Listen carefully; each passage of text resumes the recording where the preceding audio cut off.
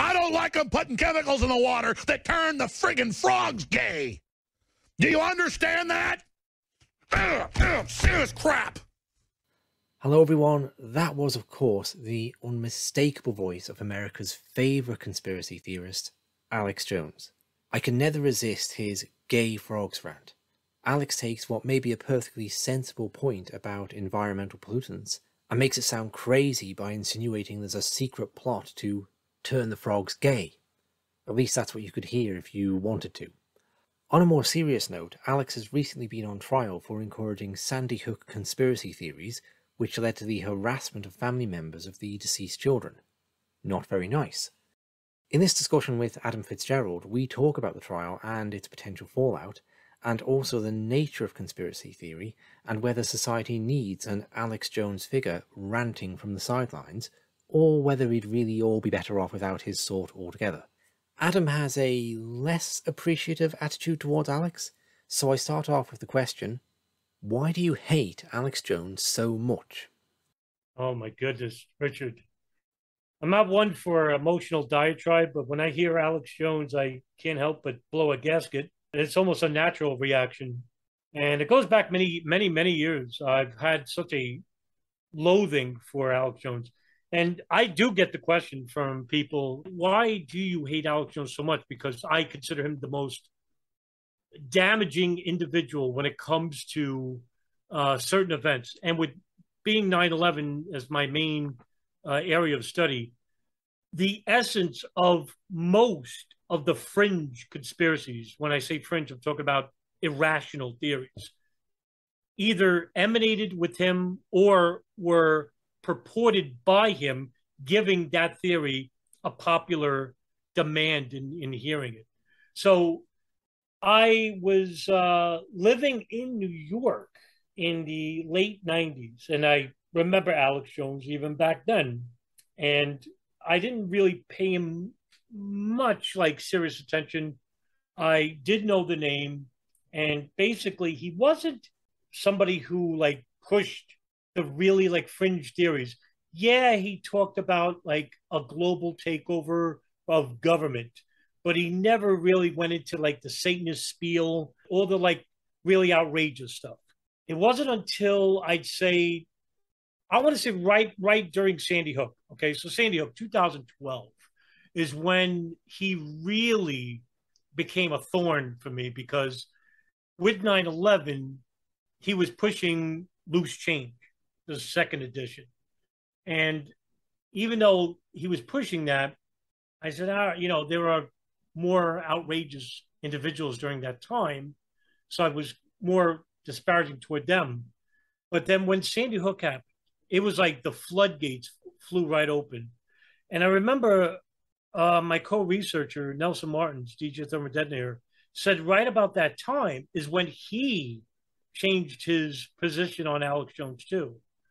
And really, I think Sandy Hook pushed him over the edge mentally, because according to the court, the civil suit that just happened, he basically is saying that he was getting fed bad information from an individual named Wolfgang Halbig. Now, Wolfgang Halbig, of course, he calls himself a journalist. He's not. He basically goes to like these victims' families in Colorado, isn't it? Colorado, I'm sorry, yes. And he would go to their houses, and he basically would like have a camera with them, camera crew, and yell at these people. And then Alex Jones would invite him, because he was very popular at the time. He would invite him on the show. And Halbig, according to Alex Jones, was a very demanding individual. He would call 3 times a day to the show, tell him, hey, listen, I got you, and he would, but Alex Jones would acquiesce and just basically have him on the show. And right about at this time, also, he started revamping on these 9/11 theories. So it was a 2-pincher attack. And I was I really just fed up with him at this point. On top of the Alex Jones now having Halbig, and as well as Jim Fetzer, because he wrote a book called Sandy Hook was a hoax or something like that, where he doesn't even think children died. Halbig makes that statement too, but he also says that the children sang at the Super Bowl. I think it was Super Bowl 51 when the Patriots played the Falcons Super Bowl. And I'm like, really, just use your head. If the kids were singing the Super Bowl, what, the parents wouldn't know about it? Like, are the people really that gullible to fall for it? Well, yes, a lot of people did, and they went right to the airwaves. And when they did that, the 9/11 Truth movement started gravitating toward that. And I know certain individuals that did that. One of them was a board member of 9/11 Truth Action Project. His name was Dan Hennon. And I remember having a conversation with him on Twitter, and he fell for the Alex Jones, Wolfgang Halbig theory that the kids sang at the Super Bowl. And I'm like, wow, this is a board member for a 9/11 Truth movement, and he's espousing this? Well, when you look at fringe conspiracy theorists in general, you'll notice that they gravitate to the bigger, more globally known events: moon landing, 9/11, mass shootings in general, wars, Iraq, Afghanistan. Everything is a globalist agenda. And it's such a vague term, Richard, when they use it. It's like New World Order, Illuminati, globalist. It really doesn't tell you anything. It just means that it's a nebulous form, almost like this mythical figure that the government could do whatever it wants, however it wants, wherever it wants, whenever it wants. And it just makes you think that, this mythical, like, ghost figure is so enormous that we need to fight against it. And the people doing the fighting are Alex Jones and Jim Fetzer and Wolfgang Halbig and people like that. And what they do is they'll promise you that they're going to make changes to these globalists, whatever you want to talk, whatever you want to label them. But yet it seems like a true crime story on TV, where at the end they go, tune in next week and we'll bring you to the next story. And it's like a step-by-step process. Meanwhile, you're not going anywhere. Nothing is ever progressed. Nothing ever happens. And that's because the theories that they proposition regarding Sandy Hook and 9/11 go nowhere. And finally, it came back to bite Alex Jones in the rear, because the Sandy Hook families put out a lawsuit. Now, they didn't act like 9/11 families. They acted as a group. Sandy Hook was smarter. Each one has a civil suit independently of another. So I forgot the name of the parent who did okay, this. Adam, hang on. We'll come back to the lawsuit Okay. in a minute, okay? Because Sure. we'll have a bit more sort of progression to get there. So when I got back into looking at conspiracy literature at about 2009 time, Alex Jones is kind of unavoidable, right? Like, to get into that area, you have to go through Jonestown. You have to go through InfoWars. And for me, that was I would say, relatively positive experience. So I saw his documentary Terror Storm, and there's a 2 minutes at the start of Terror Storm, which I think is excellent, right? Where he goes through these CIA operations that have gone on post the Second World War, like Operation Ajax in Iran. I think he mentions PB Success in Guatemala. He certainly mentions Gladio. And I'd never heard of any of this. I just thought it was amazing, right? So I went off and Wikipedia this, and that got me reading the author Stephen Kinzer, who was one of the writing about this kind of thing. Yes. So that was brilliant. So, and then I would find Alex would have people on. Like, Alex introduced me to a lot of people. So Peter Dale Scott, he was featured in one of Alex's documentaries, one of the InfoWars documentaries. I think it was the New World Order documentary. And he also interviewed interesting people, like doing the series review on 9/11. Alex is one of the people that interviewed Emad Salem, the FBI mole in the 93 bombings. Not many people did that. Alex interviewed people who infiltrated the IRA, like Kevin Fulton, sorry. I don't know of any other interviews out there with him. So a lot of interesting stuff he produced. And then what I found was there was a gravitation away from him, because now I'm reading Kinzer and Scott and probably listening to James Corbett stuff. And, I might check InfoWars every day, then it's every other day. And then, without realizing it, I haven't looked at it in like a year, right? And then I remember being in a forum where people discussed, like, hey, what's your experience with what do you think of Alex Jones? And I was amazed at how similar the post people put were to my experience, which was, yeah, I got a lot of interesting stuff from that guy, but then he'd have these articles on which just seemed outrageous. And I click them, and then the article, when you click through, what wasn't anything like what Alex Jones was suggesting. So like Homeland Security was ordering guillotines or something, or like he had stuff on about how Bill Gates was going to kill all these Africans with vaccinations to bring the population down. And, well, whether that's Bill Gates' intent or not, I don't think he's going to go and openly announce it at a conference. And it wasn't like that at all. It was the really pedestrian point of like, if there's low childhood mortality, people don't breed as much, and therefore you can control the population levels. So it seemed to be that there was a clickbaitiness to InfoWars, like a business model clickbaitiness of putting extreme articles up that maybe people wouldn't click through and read. I don't know. Or maybe he's relying on the business of people that don't click through and read them. That's my sort of cynical interpretation. Or maybe Alex is just so locked into a kind of extreme conspiracy paradigm that he's actually taking that interpretation of what people are saying too.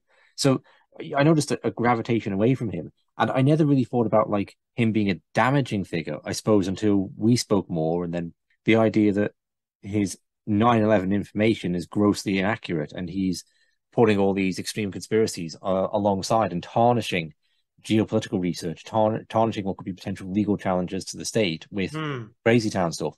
And the whole crisis actor narrative, I think you're right that I don't recall that being a thing in the noughties. I'm sure it got said somewhere on some internet forum or whatever, but I don't remember with 9/11 or with the 7/7 bombings, anyone talking about crisis actors. I first remember that emerging at the Boston bombing and Sandy Hook, where all of a sudden, all these people were analyzing the videos. And you see that guy there, that can't be a real injury to his leg because you would die from that injury. And that guy's an Iraq war veteran who's a soldier who lost his leg in Iraq. And then he was hired to play a victim of a bombing. The obvious logical flaw was apparent, right? I mean, what do you do with these people after that?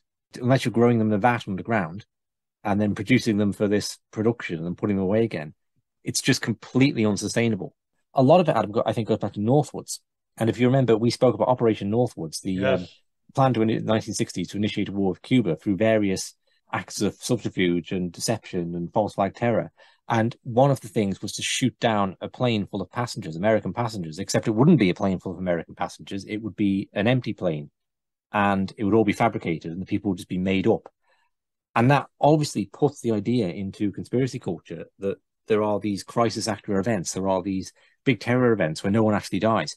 And my speculation about Northwoods is that would never have happened. That was just for the report. And if it actually gone ahead, they would have just shot down a plane full of people. Or they wouldn't have done it. Or one or the other. But you wouldn't make up 70 people to kill because any reporter who looks into 20 years later thinks, yeah, we should really do a documentary following up on the lives of those families. And then they're going to find they don't exist. And nobody at the CIA remembers that's a big secret anymore. You're opening yourself up to the discovery of this. The CIA did sponsor Cuban terrorists who shot down airliners a few years later. So it's not like there's some moral prohibition about that.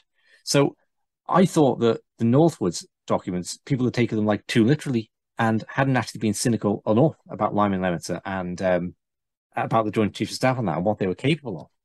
Yeah, it had put this notion in that these crisis actors exist and this falsification terror exists. I do think it exists in foreign parts, like in Syria or something. You can falsify stuff and get it on the news in America, but you can't do it where the US media will have easy and consistent access to it for generations to come.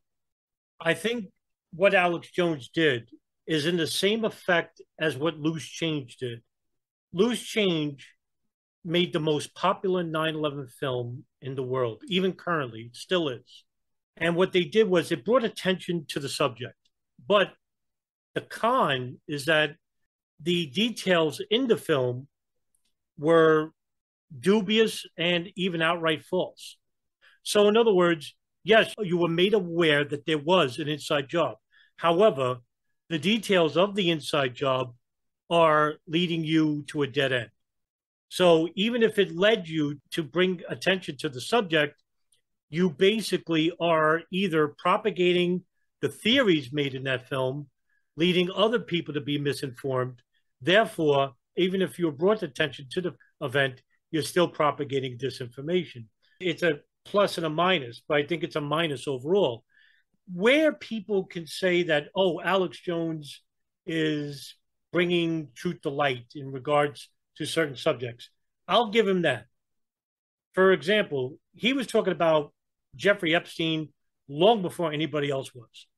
He was talking about the 1993 World Trade Center bomb. Like you said, you brought up with Imad Salem, 9/11, and mass shootings, right? that there is an inside job, if you speak, that we weren't told the truth. All right. So, yeah, okay. I agree with this guy so far. Yeah, we haven't been told the truth.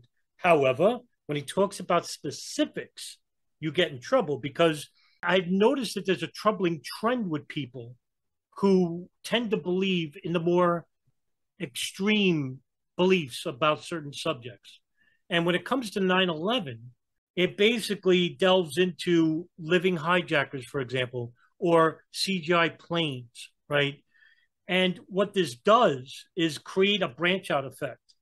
And because Alex Jones is so popular and because he says little nuggets of truth here and there, because that's going to keep him afloat. If he just comes right out and gives you false information, for example, people are going to catch on, even the most ignorant. So he has to say something truthful, but majority of what he says is false or misleading. Okay, Adam. So my question is, and this is the question I've struggled with and tried to just pass out in my Contemplating Conspiracy book, is he a net gain or a net loss? And is conspiracy, and this kind of extreme conspiracy, you could throw like David Icke into that hat, net gain, net loss? And I don't think that's an answerable question. Okay, I know a lot of people have an answer to it, and a lot of people feel he's absolutely a net loss. And if it wasn't for Alex Jones, all the people who became curious about 9/11 would have gravitated to James Corbett's work, right, Ryan Dawson's work, someone else's, your work, someone else's, and we would have been in a much better position. But my thing is, well, one, you don't know that, okay, because that's not what happened. And I don't think it's just Google algorithms were promoting Alex Jones. I think there's something about the performance artist that is Alex Jones, the performance artist that is David Icke, that draws people in. And my comparison was, well, you know, in like spirituality or religion, you have this concept of an initiatory myth, right? So you're told a funny story, which isn't true, although you might believe it to be true, because it makes everything kind of big. It makes everything loud and appealing. And then as you go on, the story falls away and reveals its inner essence. And then, you know, if you're in a kind of fundamentalist place, you might be very attached to the story being a certain way, and you might be prepared to commit violence because you're so wanting the story to be true. But the more you inwardly mature, the less you need that, to the point where it doesn't really matter whether Jesus or Muhammad or Buddha really lived or not, right? Because it's the principle that matters. So the initiatory myth can kind of be held more loosely or fall away. And that's what I contend, that Alex Jones, David Icke did. They create these grand initiatory myths, and Alex has got more grand as it went on. Initially, he was exposing the New World Order, and then it got more into Satanists and otherworldly beings. And he was initially critical for David Icke for taking it there, and he kind of went there himself. But it's a grand mythos, right? And I don't see, well, you're not doing that, right? There's no mythos which you fit your research into. So that's the question.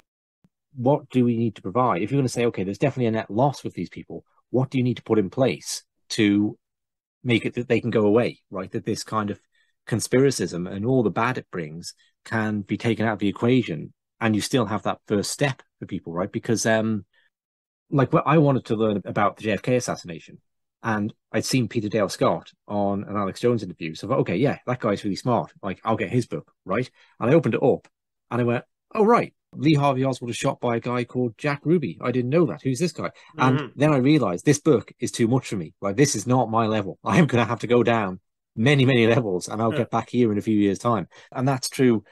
Like, for a long time, the only book of Peter Dale Scott's I could manage was his 9/11 book, and even took me a good bit of time to get there because he is such a detailed, erudite writer. Okay, that's not a starting book. So people like Peter Dale Scott, people on that level, they're not going to replace Alex Jones. You need a story, okay? And also, if you think that, and I guess it's the aim of your work, is to bring knowledge about 9/11 and wider geopolitical realities to a wider audience, okay? Well, in that wider audience, 50% of the population have a below average IQ, right? That's just a fact, obviously. So when do you want them to engage, right? Because if people, the further you go down that spectrum engage, they're not going to be engaging with Peter Dale Scott. They're maybe not going to be learning the intricacies of what went on at Alex Station. They're going to be on a level which requires, what can I say, more flashing lights in terms of the knowledge they pick up on.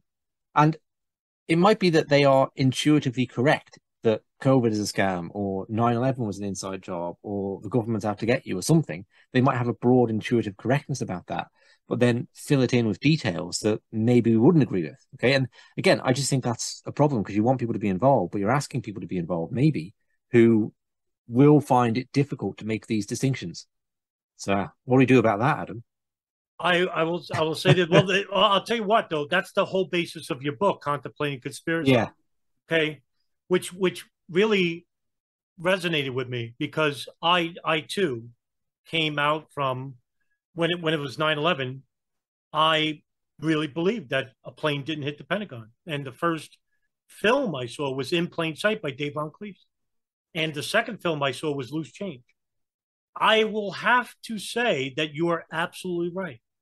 I can't tell you if Alex Jones or David Icke is a net gain or a net loss because without them, would I have ever entertained 9/11 in the first place?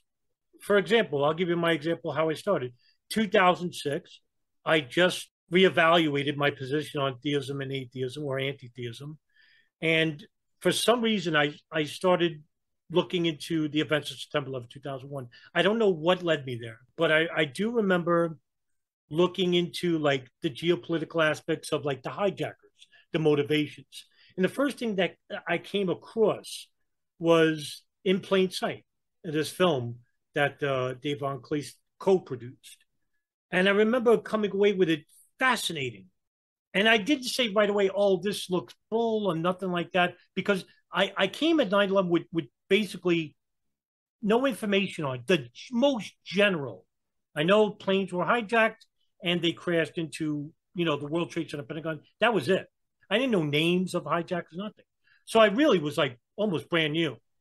So when I looked at this film, it did invigorate in me something like, wow, I didn't know this. Is this really true? And right off the bat, I wanted to challenge the beliefs because when we talked about my history into anti-theism and theism, the one thing I took away from it was I would never fall into like one position and stay there. I would always challenge whatever I learned.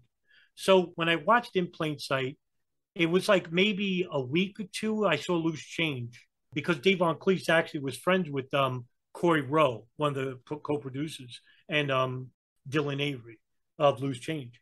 And they promoted their work all around the country. It was such a popular film. Loose Change it still is too, but at that time, 2006, 7, oh, it was like, forget it. I'm sorry, In Plain Sight, Loose Change came out a little bit later. At that time, I never heard of like a no plane crashing in the Pentagon before. And to me, when I saw a plane crash, like you see plane debris, but at the Pentagon, there was very little. I said, wait a minute, this guy has a point. And because of Dave Von Cleese, and because of Loose Change, and because of other fringe conspiracy theorists, I delved deeper into 9/11.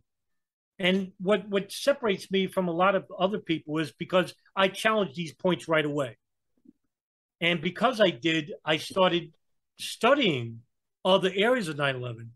And that led me to where I am today. So I would have to say you're right, Richard. Because of the fringe conspiracy theorists, led me into the interest in 9/11 in the first place. Now, let's just say Dave Von Cleese didn't exist or Loose Change never was a film. Would I have had interest in 9/11?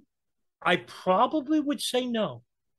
Well, here's the hurdle you'd have to jump over, okay? Because let's contrast the claims about the Pentagon. Because do you find it interesting? Does it ever strike you as odd that if you were to go on some 9/11 Facebook forum, you would find a lot of people who had suspicions about 9/11, or let's say were convinced 9/11 was an inside job, okay? But they might think that for completely different reasons. So you ask some people, was 9/11 inside job? They say, oh, yeah, definitely. Well, why do you think that? Well, it's obvious no plane crashed at the Pentagon. It's really obvious no plane crashed at Shanksville. You can't prove the hijackers got on the plane. I don't think they exist. The telephone calls, they were all faked, and on and on and on, right? And you ask somebody else, they'll say, well, yeah, but not for any of those reasons, because the CIA were clearly shepherding the hijackers around. They didn't open Moussaoi's laptop. So you have like these two groups of people who believe 9/11 was an inside job for two different sets of mutually exclusive reasons. or somewhat mutually exclusive, right? Or the latter group might think the former's whole thing about the telephone stuff is nonsense. And that always struck me as odd. Like, it's a pretty controversial thing to think. And the idea there would be two entirely separate sets of reasons you could base that on. And it's almost as if people intuit something about that day. It's just some damn thing that doesn't feel right about this, you know? I don't know, this feels off. And then they go and grab reasons. And those reasons might be like really good and solid, or they might be fruitcake. But it's not the starting point. The starting point is you feel something is wrong. And that's just something that grabs me. So with the Pentagon, if we ask the question then, would you have gotten into 9/11? Well, what would you have had to do? You would have had to have seen a documentary on Alex Station, for a start, because you can say there is a real conspiracy at the Pentagon, okay? And it's the CIA were protecting the hijackers, Nawfal Hazmi and Fidel Medina, from arrest by the FBI and got them on the plane. Now, whether there's some sort of remote control on the plane or not, let's not go there.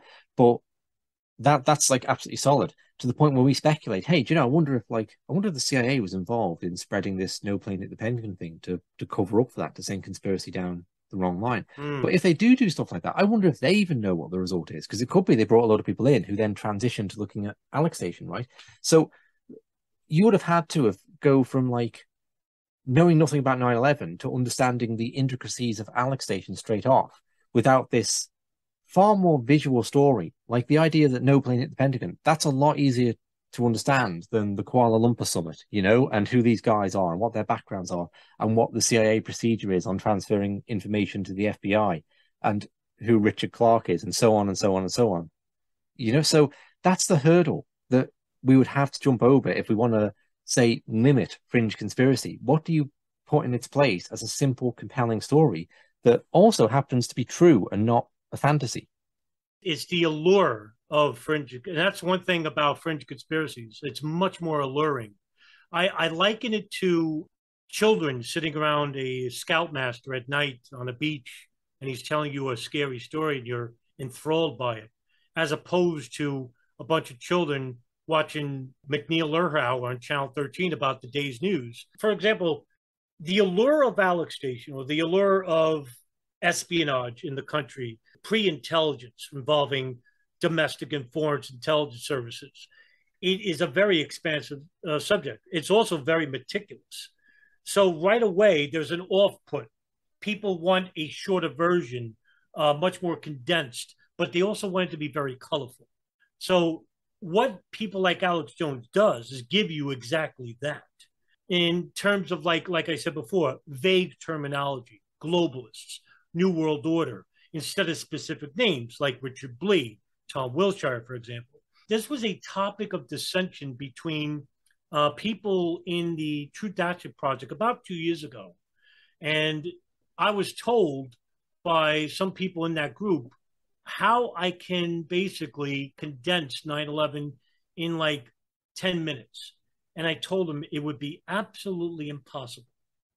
What this poses now is a concern for reputable researchers to basically try and simplify 9/11, which is an impossibility. So in other words, people are looking for a quick out. They don't want to watch or hear a 18-part series. They rather see a 5-minute, 10-minute video. They have no time for an hour or even 30 minutes. So if you can't compartmentalize or structure 9/11 in a very simplified way, you are already starting off on the wrong foot. And so I think this is the reason why most of the fringe conspiracies that exist with 9/11 have caught on so quick, because most of them are very simple to understand. No plane at the Pentagon, no plane crash at Shanksville, CGI plane, directed energy weapons, melting the towers. These are all fascinating subjects if you're delving into the very alluring aspects of conspiracy. But if you want to simplify conspiracy, well, they do that too.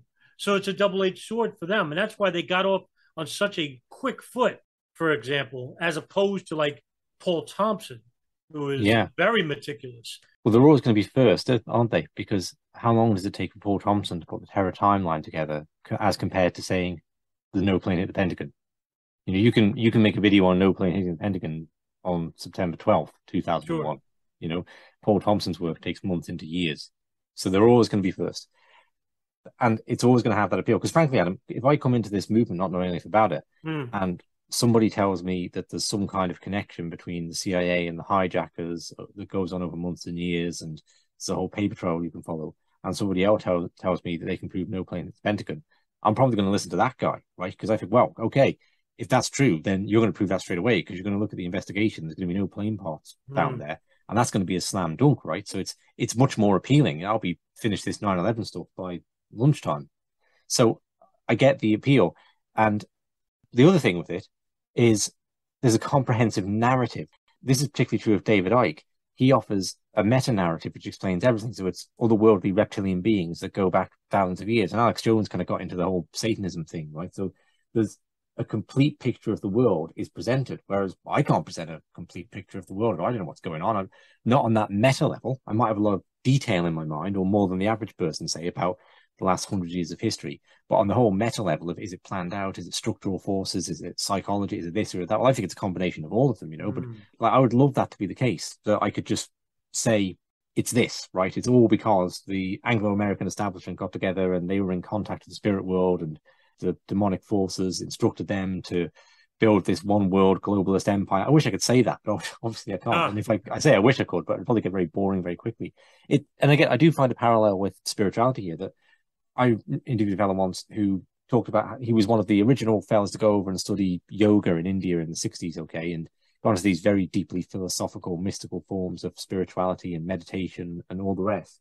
And eventually he dropped it all and became an evangelical Christian. And one of his observations was, this is after like 30 years of practice, that after he became a Christian minister, he was ministering to men behind prison bars. And he said, I couldn't have dreamed of doing that with Eastern mysticism. Wouldn't know where to start. And it's true, right? It's much easier to go sit with someone who says Jesus loves you than it is to talk about the philosophical nature of consciousness and where thoughts arise from, you know? And that's a challenge I've faced in my involvement in Eastern mysticism and philosophy too, right? How do you put this in a way that you can actually relate to people and you don't feel like you're completely isolated and actually doing no bloody good, as compared to someone who's just saying Jesus loves you, or in the conspiracy context, as compared to an Alex Jones or a David Icke who's bringing millions of people in and telling them the world isn't the way they think it is. And they're doing much better than you or I or 100 people like us in that regard. But how do you then do that, have that reach in a way that you don't sacrifice the, hopefully, erudite nature of what you're doing? And I think we'll just have to leave that at some point as an open challenge that we can progress upon, Adam. Because, yeah, I think I'm really just coming out of the stage of acknowledging the fullness of the problem and acknowledging that we can't just get rid of these people. We need to replace them with something. They exist for a reason.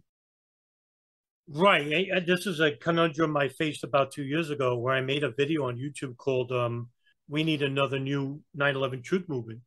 But how do you go about doing this? Well, I had a theory, was that we could try and get the more rational proponents within the truth movement and get them to basically create a new movement where you're not worried about quantity, you're more concerned about quality. So you would basically vet information and see where these people are coming from. For example, do you believe the planes were hijacked, and what methods are you employing when you talk about these certain subjects? So I want them to go through like the scientific method about their information to see if it's true or false. Early on, the truth movement, they were more worried about quantity rather than quality. And I think that's what led to their downfall right off the bat, because they just accepted everybody. Because the main antagonist for the 9/11 truth movement is the official narrative. I always pose this question to people who say, well, I'm against the official narrative. Okay, what is the official narrative? And usually I'll always get like a general answer, the government's answer, but that's very vague. Again, I want to be very specific. What is it? So I know what they're alluding to. They're alluding to the 9/11 Commission's final report. But that's not all there is. You also have an FBI pit bomb report. You have the Joint House Inquiry Committee final report. You have a lot of reports that are coming out. So I want them to basically acknowledge that no, not everything in these reports are false. Now, not everything in it is totally true. Most of the information about 9/11 is missing from these reports. However, because they've been browbeaten by people like Alex Jones and Jim Fetzer and Loose Change about no planes and no hijackers, when you don't have any planes and hijackers, you don't need to study the backgrounds of these people. And by default, that means the CIA, the NSA, the Israeli Mossad, the Saudi GID, the Pakistan ISI, all these operations involving pre-intelligence that goes back years, as well as the motivations of these people involved with the hijackings. All of this goes unstudied. So they're basically having very general information, and I'm being very giving there. Their limits about 9/11 are replaced with the very fringe aspects of conspiracy. And so they can only talk about limitations when it comes to 9/11. And it's a very limited discussion with these people. Yeah. One thing I'd say there, Adam, I think you're not wrong that a movement probably is better going for quality over quantity. Like, you don't want to reach out to millions of people who just aren't going to bring anything to the party other than disreputability, okay? But I also think it depends on what your goal is. If your goal is to pursue some sort of legal action, then you definitely want a small number of dedicated people and not the masses. And you see that some of the truth movements in Northern Ireland, like around there's a bar called McGurk's that got bombed in the early 70s, and there was state involvement in that, and the family members, it's gone from one generation to the next, pursuing truth on that, trying to get truth out of the British government. And that's like really exemplary in how I think you run a truth movement, in terms of really challenging the state's narrative. But it's a tiny number of people. None of them are into it because it's an interesting conspiracy theory. They're all into it because their family members were murdered. And you saw that when the 9/11 truth movement was at its best, is when family members, those ladies from Jersey, were solidly involved, and that produced the best stuff. But I also do think that, well, what you're saying there, though, is that you don't want to have like an outreach. You don't want to reach a massive audience. And I do question whether that's really a sustainable approach to go to. Like, surely there have been good effects over the past 20 years, and particularly on the other side of COVID, where people think very differently about the state's narratives of wars and economics and terrorism now than they did in the 1990s. And probably if you go back to prior to the church committees of the 1970s, that's Senator Frank Church, not churches, where the investigation into CIA malfeasance and Watergate, probably I think people back in the 60s were far more trusting of the government again than people post that. So it would be interesting if you could somehow plot the population's levels of trust in government. I think they've declined for a substantial portion of the population, and that has come through like massive outreach. So what I would think you would need is someone with the talents of an Alex Jones, with the talents of a David Icke, to tell a good story and to be flamboyant and to, I mean, Alex, you've got to enjoy Alex Jones, right? You've got to enjoy the performances and the gay frogs and all this kind of thing. And the gay frogs, I don't even think it's even one of the more horrendous things he said. Obviously pouring chemicals into the environment might not be good for frogs. Okay, but you can't not think, okay, like, society has a place for the kind of the court jester, if you like, or the nutter who rants about things, and it is kind of crazy. Like, maybe every society needs its public square jester. So you've got to integrate that guy, but ensure that he doesn't go too far in that direction. Like the archetype of the jester, maybe. Is Alex Jones a jester? I don't know. Maybe the conspiracy theorist is his own archetype, separate from the jester. I don't know. We would be a very boring world without people like Alex Jones, I would say. Yeah. What we desperately need, Richard, is an Alex Jones who will speak about Alex Station, for example. Yeah, exactly. And that's why I see there's like a marriage of people, because look, not you, not me, not Nelson, no one has the charisma of Alex Jones, right? And there's probably something antithetical about doing quite boring research, pouring through books and documents, and being a really flamboyant character. Those two qualities are antithetical of each other, so they're in tension. So that's what I think. But then people like that are never really restrained by good quality research. So that's what I think you need the marriage of. You need to bring the the conspiracy theorist inside the tent, if you like. Not that they're necessarily willing to come. So, yeah, square that circle. Anyway, what do you think of the trial and its implications? Well, for those who have not seen the trial, I would implore you to do so. It was incredibly entertaining, so to speak, if you care to look at the sun, knowing that it could melt your irises. Alex Jones basically did himself no favors whatsoever in this trial. He was basically disrupting at times. The judge became very irritated with him a lot of the times, especially during the latter stages of the trial.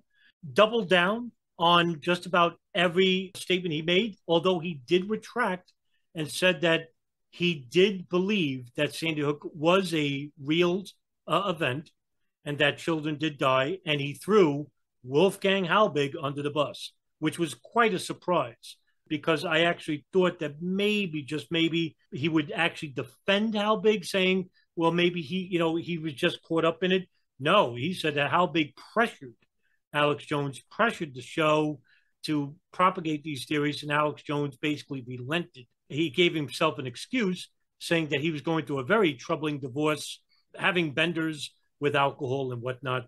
And of course, this is all just basically him trying to say it's not really my fault. Yeah, that sounds completely like you phone Alex Jones up and try and pressure him to get Alex Station on, see how far you get. The idea that he was pressured is ridiculous. Yeah, good luck with that. But at the end, he was held liable on two. One was it was a civil suit of $2 million to the parents, but then came the punitive damages, which totaled 48 million. So it was almost a round figure of 50 million at the end. And afterwards, Lenny Posner told Nelson Martins, because Nelson Martins knows him through viral media. And Lenny Posner saw the result and said to Nelson that he's next, but he's going to take much more from Alex Jones than that, because with Lenny Posner, he was actually physically assaulted by people who follow InfoWars, Alex Jones' show. And he was actually threatened by people like him. I don't know who specifically went to his house and threatened him, but this will be a much more damaging financially for Alex Jones. It was a deplorable, and if I didn't hate Alex Jones more, after the trial, I hated him even much more for what he's done and the lives that he affected and the extent he went to on viral media regarding these theories. It was disgusting. It was just an awful display of humanity offered by Alex Jones. But at the same time, I was thinking, is he doing this on purpose? Is he trying to live up to the character that he portrays? Now, at the same time, is he doing this for a much more nefarious reason?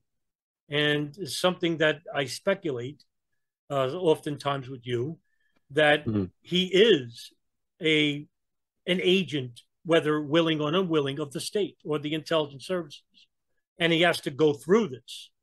Or is he really that degenerate and that ignorant? I have a probably more formed opinion on this after the most recent David Icke podcast I put out. So it would be the ultimate irony, wouldn't it, if Alex Jones, after tarnishing all these investigations into state-sponsored terror for years by associating them with nonsense, then his next trick is to bring in or set the precedent for lawsuits against people who are doing genuine investigations. That would be like, yeah, great. But we talk about Wolfgang Halbig and this idea of crisis actors, of the kids from Sandy Hook singing at the Super Bowl. And you shake your head in disbelief because, like, well, how does that in any way fit with the world we live in? How could that possibly be a thing? And why does it not occur to these people inside 10 seconds that that's not the case? What I think the answer to that might be is that they're not living in the world we're living in some sense, right? So my most recent David Icke podcast, I looked at David Icke being influenced by people who claim to be victims of MK Ultra.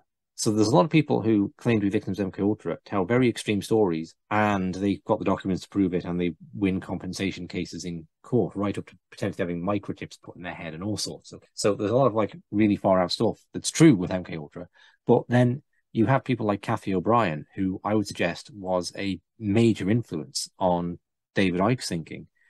in profound ways in influencing him in how much deception exists in the world.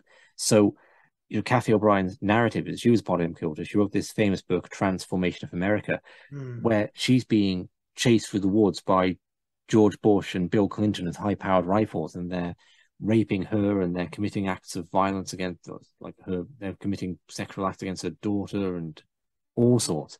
And that's one of many testimonies like this. Bryce Taylor's another one. And it takes you into a world where the CIA do have these underground bases where they are growing people in labs, in vats, okay? And they're doing all sorts of gene splicing experiments, and they've got thousands and thousands of mind-controlled slaves around the country. And then you can think, well, okay, gee, if you make a little paradigm shift in that world, then it is possible they could just bring the people up from the underground bases and have these crisis actors who are under mind control out there pretending they have children, or they're being mind controlled to think they have children, and then they just get put back in the underground bases again. So I think a percentage of the population have gone into conspiracy to the point where they are living in an entirely different world. And that's why things that seem outrageous and unworkable enter the realm of the possible for them. That's like the interpretation that allows them to be telling the truth, right? For some people, it might just be a financial scam. I don't know, but you know what I mean? It made me aware doing this latest podcast, just to the extent of that there is a split at some point between people who are engaged in geopolitical research but think the world has a certain solidity and deception can only go so far. Like, people lie, they cheat, they steal, but they can't necessarily take on entirely false personas for their entire lifetime, because at some point you meet an edge, right? You can go behind closed doors and talk about the New World Order or Bohemian Grove or whatever, but Bohemian Grove has to be staffed by waiters and waitresses who then hear you doing that. And you can't just dispose of them all at the end of it, and they can't all be mind-controlled slaves. So if everyone was being deceptive behind closed doors in high political positions, they would have to meet a point where they meet people who aren't being deceptive. And for that reason, it doesn't work. You know what I mean? Right. So I think there are limits to how deceptively people can act. But I could be wrong about that. But what I see in the conspiratorial mind, the conspiratorial outlook, is that falls away. That limitation falls away. And then things like Sandy Hook all being crisis actors becomes plausible.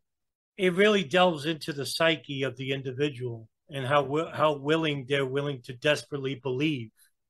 Where if they fervently believe that the children of Sandy Hook are alive, and they concentrate just on that specific conspiracy, well, I guess it would lend to your point that could become a reality, and that would become a permanent fixture in their mind where they actually made themselves believe it. And it's almost like religion in that aspect, because when I was delving into the arguments of religion and atheism, I was a fervent anti-theist, and I dealt with the extremes of religious people. And even though I would say, well, this guy's got to be a troll, no, there were people who actually believed that, for example, Balaam the donkey was talking to his master, as stated in the New Testament, that they actually believed that during the rapture, you will suddenly just float into the sky and be saved. They literally believe this. Yeah, and how much more far out is it than to believe the families of Sandy Hook all live in underground bases and they're crisis actors? You can go to what? You can go to a talking donkey. Sure. You can go to that. Right, because there's no limit here, all right? Yeah. I mean, even the most extreme beliefs, there is no roof. Because I have a duality of an argument within me. Some people are just saying there's no way the guy is trolling me. But at the same time, I'm like, can he really believe that? Because I dealt with people like this before. So when people come to me about, living Sandy Hook kids or CGI planes, I have to give the benefit of the doubt that person really believes that. Yeah. So I think there are people who are trolling or just lying. Right. But I think we tend to overestimate it, because I think the harder thing to do is see someone's point of view. And I say overestimate because I meet people and I think there's no way you can take yourself seriously. And then on closer investigation, I come away feeling like, yep, I think you do. I think you believe the thoughts in your head, as incredible as that is. And, we've had people contact us about flat Earth recently, Adam, all sorts, right? And yeah, the majority of they believe it. I think there are sometimes there are people who are too credulous, right, with regard to this, that they tend to never see people as being deceptive or lying and always take what they say kind of face value. And you can go too far in that direction. But for the most part, I see people being too willing to draw the sword of saying, hey, you're lying. You know you're lying. You know, people actually really can convince themselves of all sorts. Like I said before, it's incredulous, because the more extreme that they believe in certain things, it's almost like a natural reaction. There's no way. There's no way that a person, but at the same time, yes, that person could genuinely believe it. Would I say Alex Jones fits that description? In my personal opinion, no. I think he knows exactly what he's doing. Can I prove it? No. I think from my opinion, and from like reading him through a psychological eye, I think he's doing this on purpose. Now, as opposed to somebody like Judy Wood, for example, well, I think she genuinely believes that directed energy weapons did indeed melt the towers. Or somebody like Rebecca Roth, who believes that everybody was flown into a hangar, a military hangar, and made to make calls, and were suddenly shot by U.S. military officials and their bodies dumped on the planes into the Atlantic Ocean. Do I think she believes it? Yeah, I think she really believes that. So there is a discrepancy between the fringe conspiracy theorists about whether they genuinely believe it or not. I think the majority of them really believe it. I can say maybe one or two, I would dare say that no, they don't believe it. And the reason why they're doing it is for nefarious reasons. Yeah.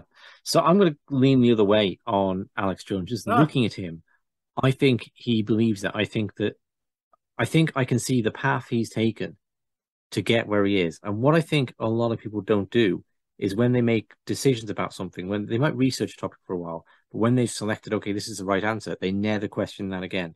And they close down all possibilities. And then they've moved to a different world. And that new place they've moved to becomes the foundation for a new investigation where they can move to a more extreme place.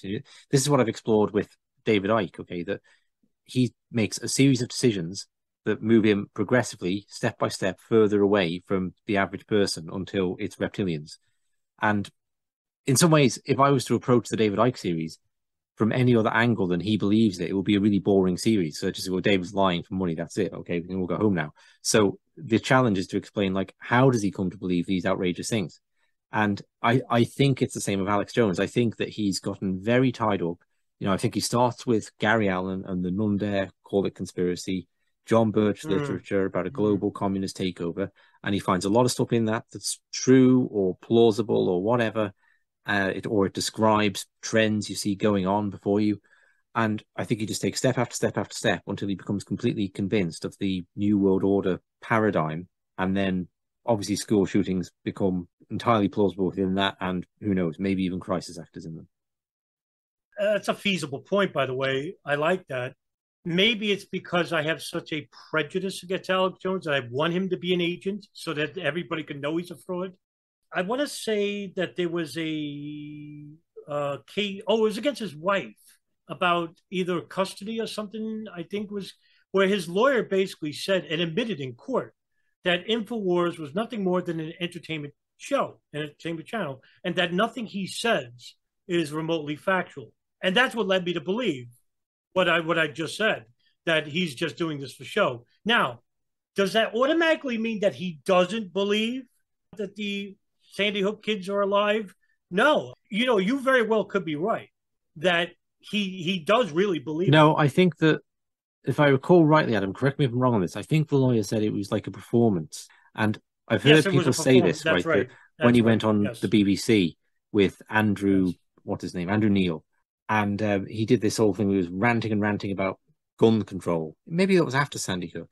And Andrew Neil said, as soon as the camera stopped, that behavior stopped. And it's very caricatured. And I think that's true. I think the kind of slamming his fist behavior is a character that the man Alex Jones plays. I don't think he's like really goes around in his day-to-day life acting like this totally over-the-top outrageous character. I think he recognizes that to a degree. I think in his own mind, he believes the information he's spouting. But the character thing, I think that's a contrivance, and he's kind of aware of that. He's kind of aware that it's a performance. That's why he came up in Family Court, because he didn't want the judge to think he was an absolute lunatic when he was applying for custody. No, correct. But it goes back, you know what? This leads right back into the point that you made previously, which I thought was very sound, that he is telling a story, but he's also telling it in a very gregarious way. Whereas opposed to someone like myself, where I'm just giving 9/11 information in a very bland voice.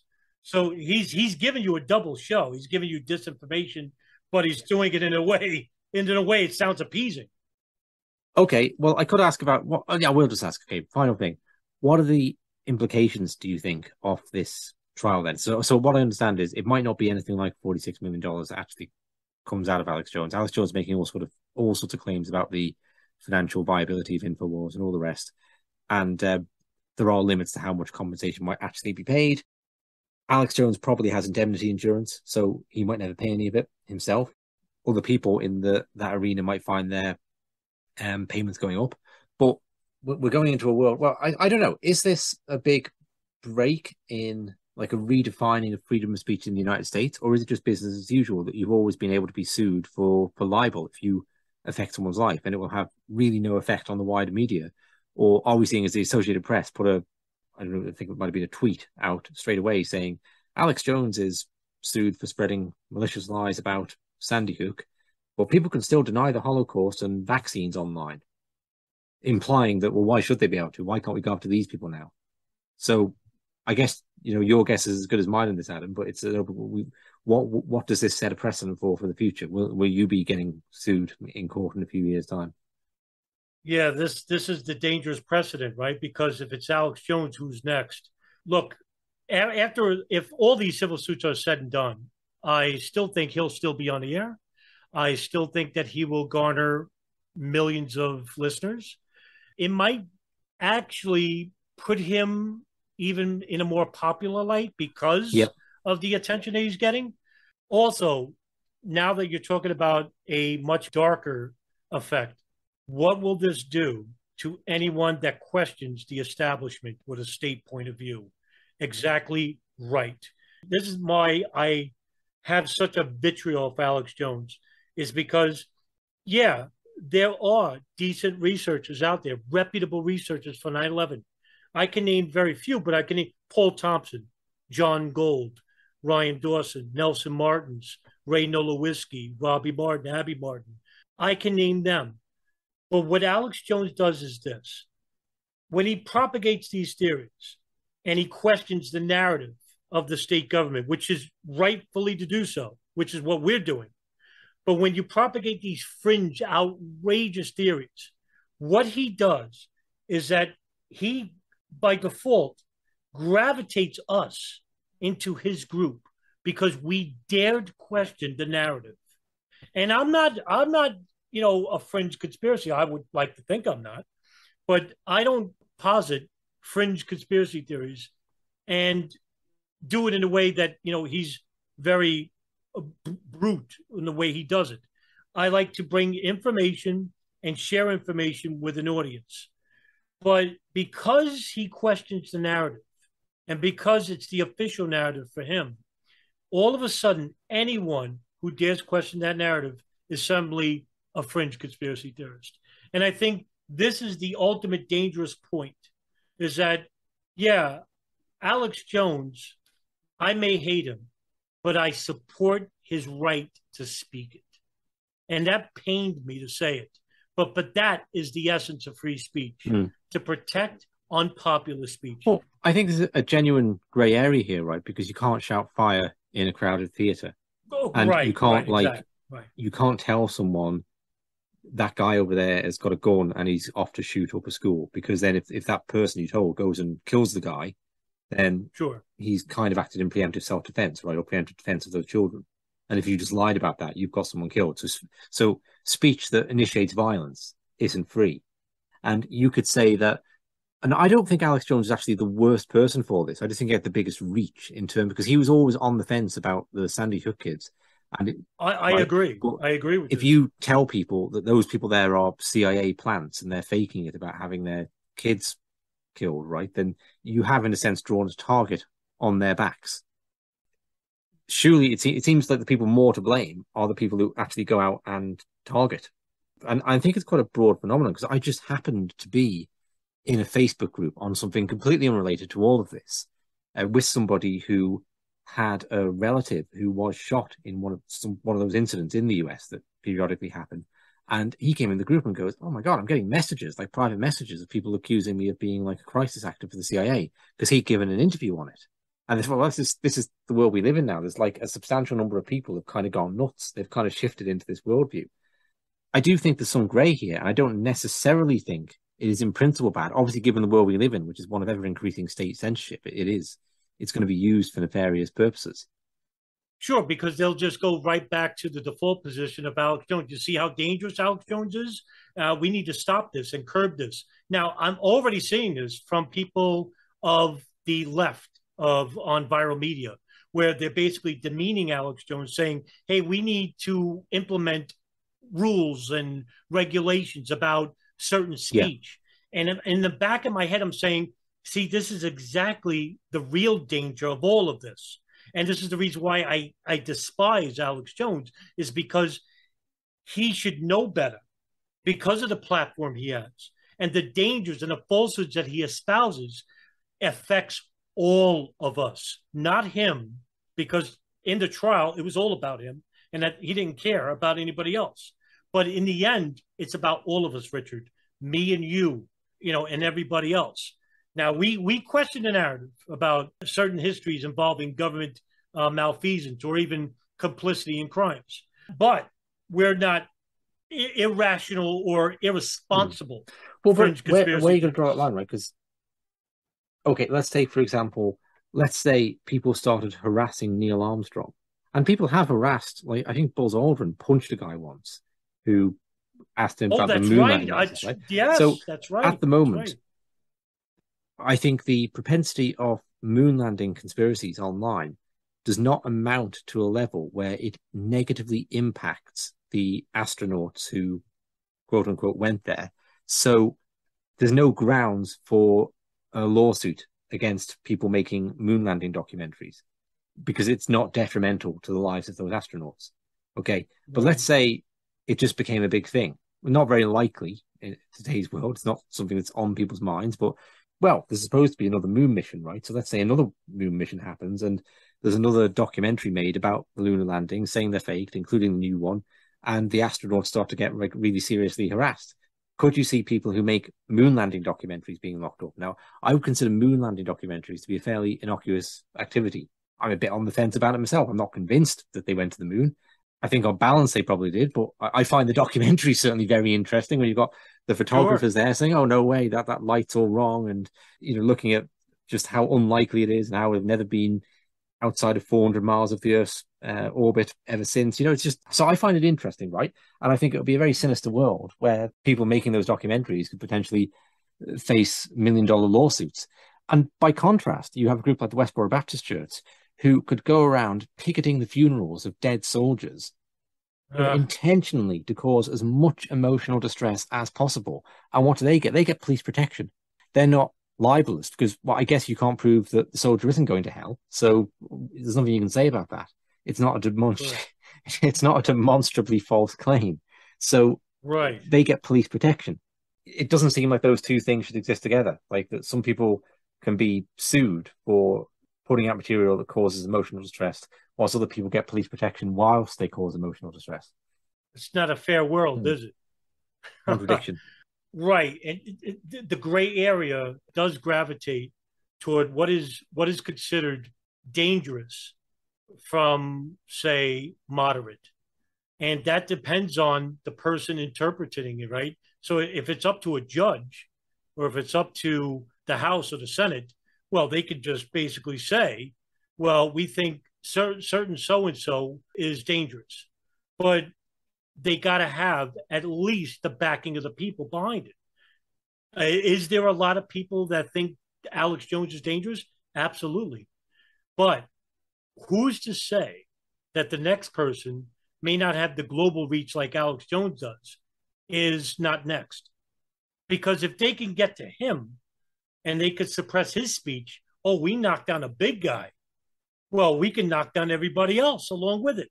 Yeah, and it could be someone you don't even hear about it, right? Because like when Alex Jones is being booted off YouTube, so is Alison Weir, the Yes, yes, anti-Zionist activist. yes. And who even knew about that? I didn't know until much later, months later. Yeah, I didn't exactly. know. But yeah, this actually, what was it, about 3 or 4 years ago, Richard, where we saw like this eviction of like conservative Yeah. speech from YouTube. Now, I'm not one for the right wing, but the left wing was applauding it. That was the horrifying aspect because they're not even realizing that they too that they're not safe. They're next, and they just don't realize it. So I think the dangerous precedent of banning speech, like you said, I agree, it is a gray area. But where is the line drawn regarding safe speech and dangerous speech? It's not defined. Yes. Well, when you find yourself up in court, Adam, you know it's gone too far. They won't get much out of me, though. Okay. Thank you very much, Adam. We'll conclude there, and yeah, let's maybe speak again next week. Oh, thank you very much, Rich. I'll see you again.